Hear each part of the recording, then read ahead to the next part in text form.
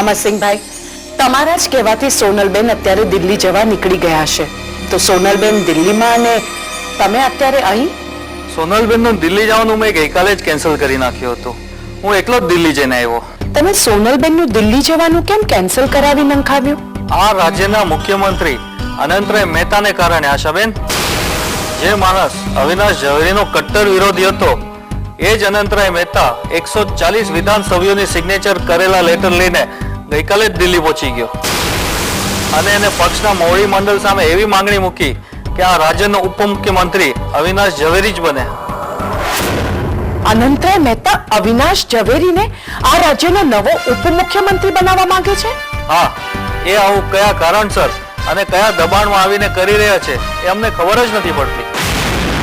પણ અત્યારના સંજોગોમાં અને આ રાજ્યની રાજકીય કટોકટી ટાળવા માટે અવિનાશ ઝવેરીને આ રાજ્યનો ઉપમુખ્યમંત્રી બનાવી દેશે તો સુપ્રિયાની તાકાત અને લાગવક ખૂબ જ વધી જશે, બમણી થઈ જશે. હા, સુપ્રિયાના પિતા અનંતરાય મહેતા આ રાજ્યના મુખ્યમંત્રી અને એનો સાથીદાર અવિનાશ ઝવેરી આ રાજ્યનો ઉપમુખ્યમંત્રી. તો સુપ્રિયા કોઈના કાબુમાં નહીં રહે. જે એ ધારશે એ કરી શકશે.